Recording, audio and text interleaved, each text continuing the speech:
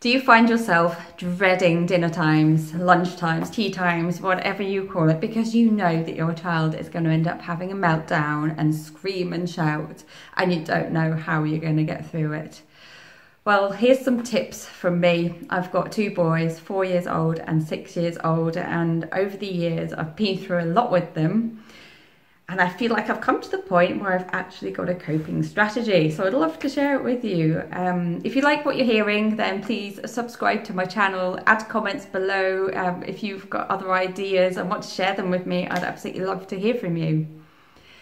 So it all started out with my oldest son when he was about 2 years old. So my second boy, he'd just been born. He's 2 months old, and I'd be sitting with him in my arms or breastfeeding him at the table. My husband was working away all the time during the week, so it was me on my own.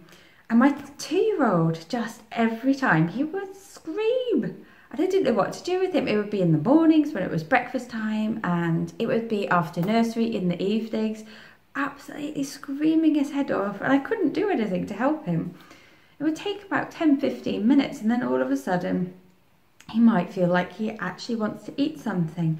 It would be like, I'd give him his favourite food as well. No, I don't like that, I don't want to eat it. And, or just not saying anything and crying. And some days I would resort to, like, I've got all these different coloured spoons I had to put down. If I put down one spoon, it would be the wrong colour. So I basically, on some days, I put all of them down on the table and waited, just waited for him to choose which one he wanted, because I just couldn't deal with going back to the drawer. Do you want this one? No, no, no. Okay. Other one? No, no, no. I couldn't deal with it anymore. And that's how I coped with it in those days. And some days, you know, whilst I'm trying to breastfeed my other one, who's like not calm at all then because the other child was crying, I just found it so stressful. And I know we lived in a small block of flats at that time, and I knew that my neighbours were hearing it as well, so that was making me even more stressed out about it. Like, oh my gosh, what do they think I'm actually doing to my child at dinner time? And now he's stopped doing it, but my second child started doing it, and he still does it sometimes. It seems to always be at the weekends when when I've cooked something lovely and we're looking forward to a lovely family lunch or dinner together, and he'll start off, he'll come to the table, I don't want that, I don't like that, I hate this food, and then he'll start crying his eyes out, and I look at everybody else and I'm saying, just don't react, leave him.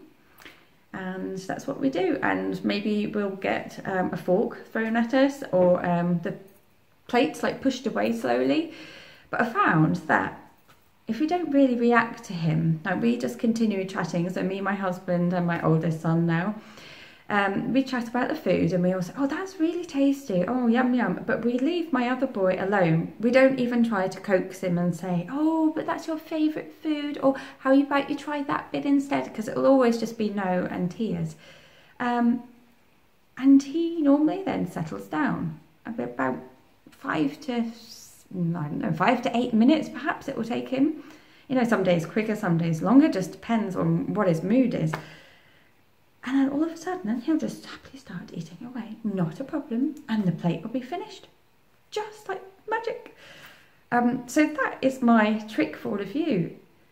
I mean, for us as parents, the most important thing is to stay calm. I mean, when a child is screaming or they start pushing things around the table, it's not exactly easy to stay calm, because you can react to it. But I find as soon as I react to it, then I'm pushing all this angry energy onto him, and that just makes him explode even more. And then we'll never get him to eat his food during lunchtime or tea time. So try it out. Don't really remember to stay calm. If you can't stay calm, then just keep one parent there and let whoever it is that's more calm take over. The other person maybe should stay away at the beginning.